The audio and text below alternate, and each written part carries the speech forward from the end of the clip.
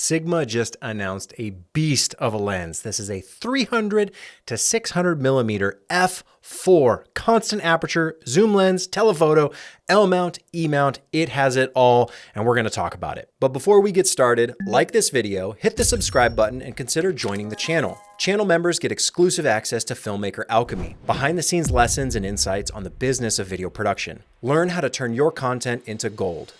Holy smokes, this new zoom lens from Sigma, the 300 to 600 millimeter f4, is absolutely insane. And it has an insane price tag as well.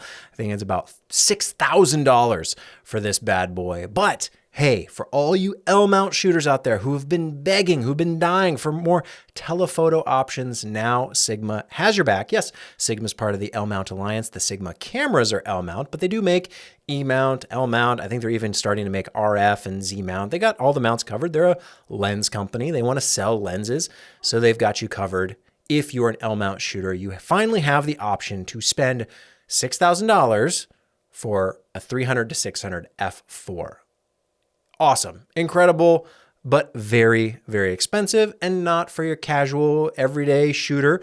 But if you're into sports, you're into wildlife, and you need a professional lens to do that type of work, this is probably the lens to get. Certainly, if I needed that extra reach, that long range, and the constant aperture of an f4, this is something I would gladly pick up, as well as it's got the stabilization in it as well. So we've got all the bases covered.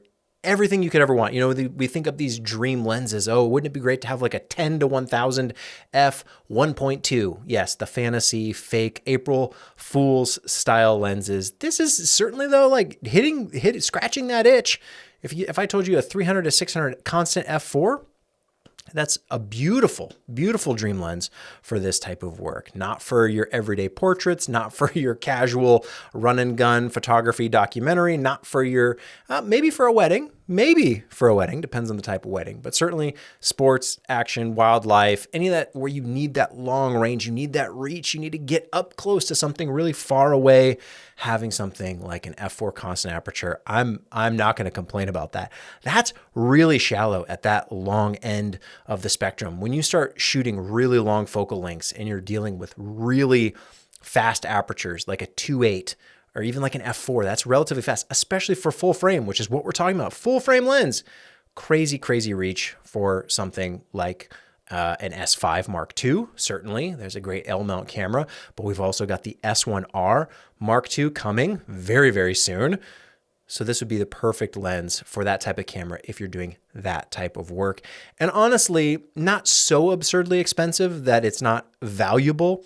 You know, there are certain lenses, pieces of glass, even cameras and pieces of kit where you're just paying for the brand, you're paying that premium for the exclusivity, for the prestige or whatever. I think this is actually a decent case where the value is there. If you're doing this type of work, $6,000, yes, is expensive. Yes, it's steep, but also it's kind of not for this type of work if you're getting paid to capture those images and you want something that's going to do a great job. There are cheaper options that can get you these focal lengths, but you're going to take a compromise either on sharpness, resolution, aperture. There's going to be a trade-off. There's going to be a compromise. Build quality is another one, right? So if you want that premium, professional, elite style lens, this is probably worth paying for to get these features, to get that reach, to get the stabilization, to get the constant aperture. It checks a lot of those boxes. And so you are going to have to pay a premium for that luxury, for those features, but I don't think it's frivolous spending. I think the value is actually here because you're getting some of those great features. If it was a variable aperture and it was like an f4 to like a 5.6 or a 5.6 to an f8, of course, this thing looks big, it looks heavy, so it's not your kind of carry it everywhere, just, you know, throw it in your bag just to have on hand. No, this is a lens with a purpose, and you're going to take it out for very strategic reasons. If you need this lens, you've probably already got it ordered. Who am I talking to?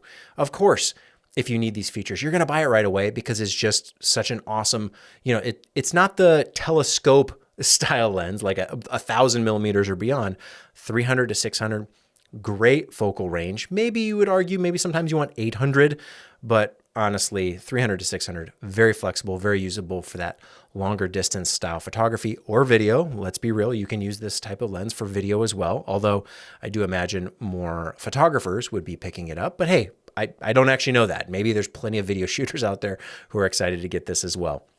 So having the internal zoom mechanism as well is another big selling feature. You've got plenty of lenses out there where the lens gets longer, right? As you zoom, the telescoping effect of the lens itself. Internal zoom is always my preference. I like things to stay kind of the size they are. I don't know why it bothers me so much, but anytime there's a lens and it kind of extrudes out, it just bothers me. I wish it was all internal zoom. And we've got that with the 300 to 600, beautiful looking lens. It even has a filter slot built right into it, so you can swap filters as needed.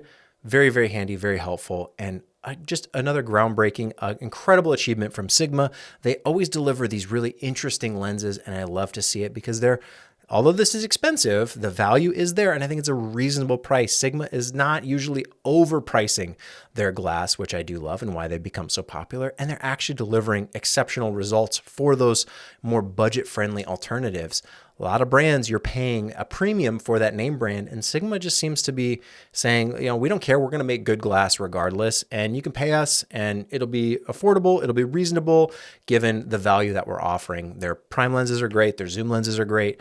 Sigma used to be a ways back, kind of the more budget alternative, didn't have the best options, kind of like, a Tamron or a Tokina, where it didn't feel as premium as the stuff coming from Canon and Nikon and the kind of first party lenses.